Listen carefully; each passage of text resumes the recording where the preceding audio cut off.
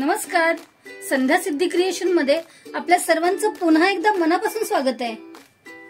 थंडी सुरू झाली की बाजारामध्ये पावटा, मटार, गाजर अशा विविध भाज्या मुबलक प्रमाणात उपलब्ध होतात आणि नेहमी मटार भात किंवा मटार पुलाव आणि मटारची भाजी खाऊन जर तुम्ही कंटाळला असाल तर आज आपण मटारची एक हटके रेसिपी करणार आहोत। त्यासाठी लागणारे साहित्य: मटार, कोथिंबीर, बटाटे, आमचूर पावडर, गरम मसाला, बडीशोप, चवीपुरतं मीठ, चाट मसाला, ओवा, हळद, लाल तिखट, धना पावडर, जिरे आणि आपल्याला पारी बनवण्यासाठी गव्हाचं पीठ। या रेसिपी मध्ये आपण कांदा किंवा लसूण याचा अजिबात वापर करणार नाही आहोत आणि म्हणूनच या डब्यामधला हा कांदा लसूण मसाला किंवा मोहरी आपण वापरणार नाही आहोत। तर त्या बदल्यात आज मी हा गरम मसाला वापरणार आहे। तर चला आपण आता सुरू करूयात।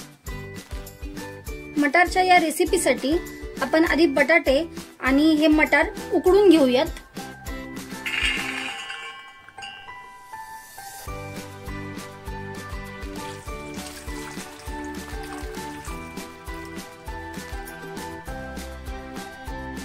आपण हे मटार आणि बटाटे आता उकडायला ठेवूयात।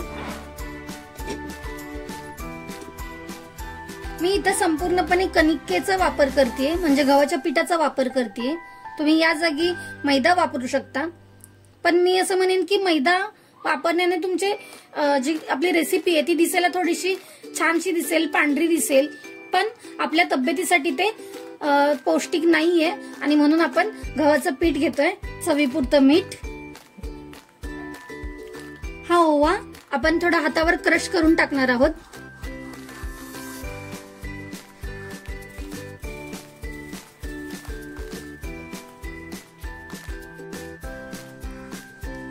यामध्ये आपण आता हे तेल टाकणार आहोत।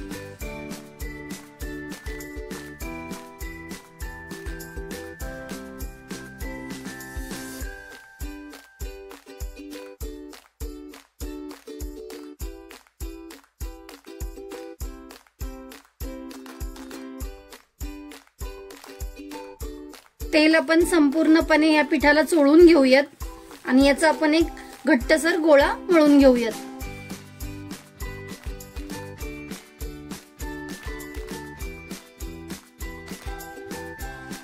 आपण यात थोडं थोडं पाणी टाकून घट्टसर गोळा मळून घेऊयात।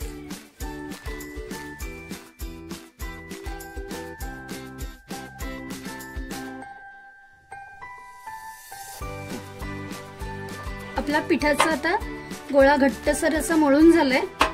हा आपण आता एक 10 मिनिटांसाठी रेस्ट करायला ठेवूयात। तोपर्यंत आपण आपले उकडलेले बटाटे सोलून घेऊयात। आपण आपले हे उकडलेले जे बटाटे आहेत ते आपण आता सोलून घेऊयात आणि हे सगळं स्मॅश करून घेऊयात। यामध्ये आपण आता चवीपुरतं मीठ घालूयात, थोडासा चाट मसाला, आमचूर पावडर, गरम मसाला, हळद, लाल तिखट,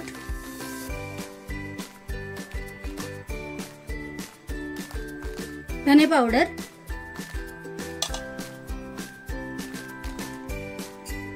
जिरे, ही बडीशेप आपण पाट्यावर थोडीशी वाटून घेतलीये, ती आपण यात घालून घेऊयात। हे सगळं आपण आता मिक्स करून स्मॅश करून घेणार आहोत।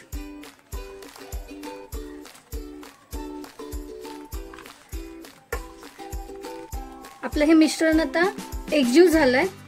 आपण आता याच्यामध्ये कोथिंबीर टाकून घेऊयात। आपलं हे मिश्रण आता तयार झालंय। आपलं स्टफिंग हे पूर्णपणे तयार झालंय। या स्टफिंग पासून तुम्ही मटारची करंजी करू शकता, यापासूनच तुम्ही टिक्की तयार करू शकता किंवा हेच मिश्रण वापरून तुम्ही त्याचा पराठा सुद्धा करू शकता।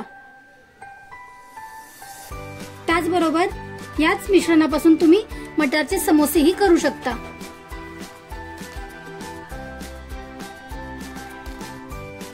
आपण आता थोडासा तेलाचा हात घेऊन याच्या पारी लाटण्यासाठी आपण याचे गोळे करून घेऊयात।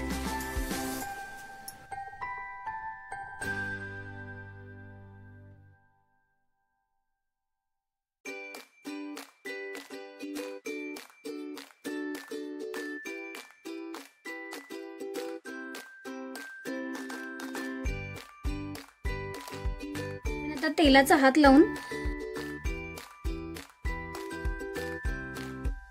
आपण आता याचेही गोळे तयार करून घेणार आहोत, जेणेकरून आपल्याला नंतर या पोटल्या भरण्यासाठी सोपं पडेल।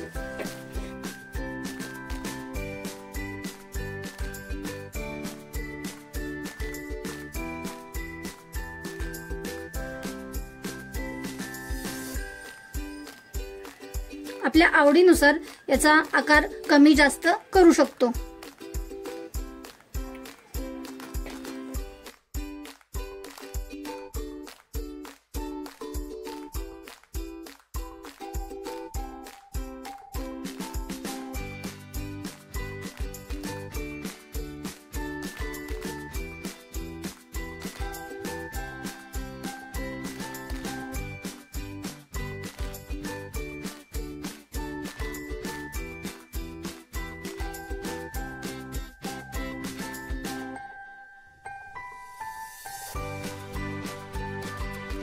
अशा प्रकारे आपले स्टफिंगचे आणि कोटिंगचे गोळे तयार झालेले आहेत। आपण आता आपलं जे कव्हर आहे ते लाटायला घेऊयात।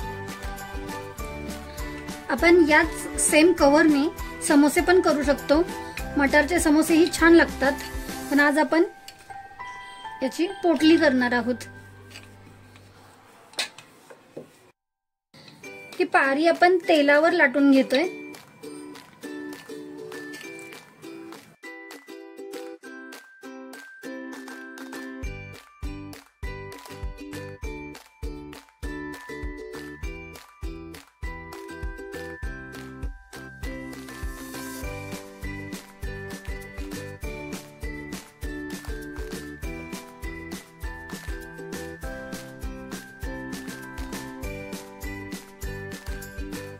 हा जो आपला स्टफिंगचा गोळा आहे तो मधोमध ठेवायचा आणि सगळ्या बाजूंनी त्याला असं पूर्ण कव्हर करत त्याला पोटली सारखं आपण त्याला आकार द्यायचा आहे।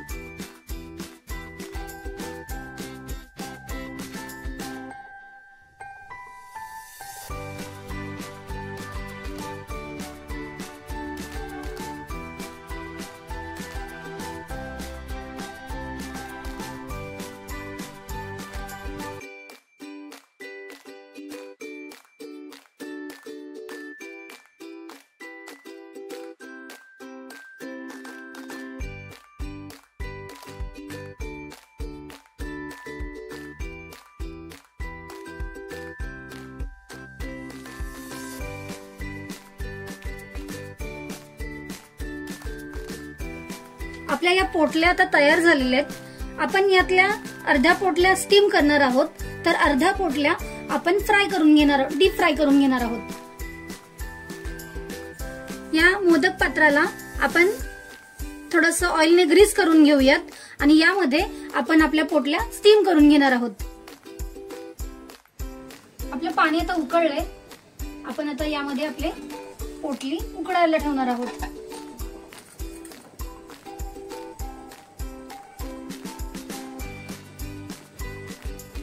आपल्या या तापलेल्या तेलामध्ये आपल्या या ज्या पोटल्या आहेत त्या पोटल्या तळून घ्यायच्या आहेत।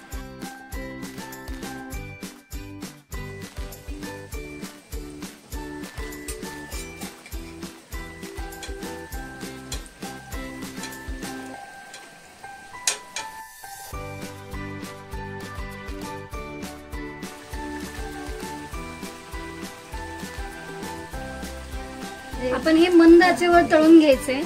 मंद आचेवर तळल्यामुळं हे खुसखुशीत होणार आहेत. जर आपण आच मोठी केली तर ते पटकन तळले जातील आणि मग ते कुरकुरीत होणार नाहीत.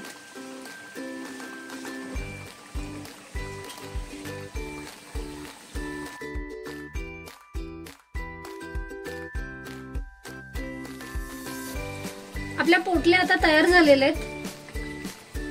त्या एकदम क्रिस्पी कुरकुरीत झालेल्या आहेत. त्यांना कलर पण छान आलाय. आता हे आपण काढून घेणार आहोत.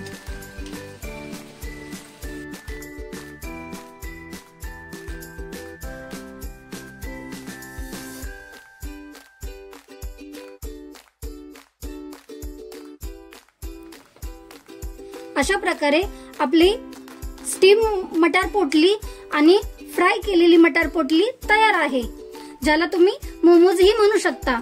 व्हिडिओ आवडल्यास लाईक करा, शेअर करा आणि कमेंट्सही करा.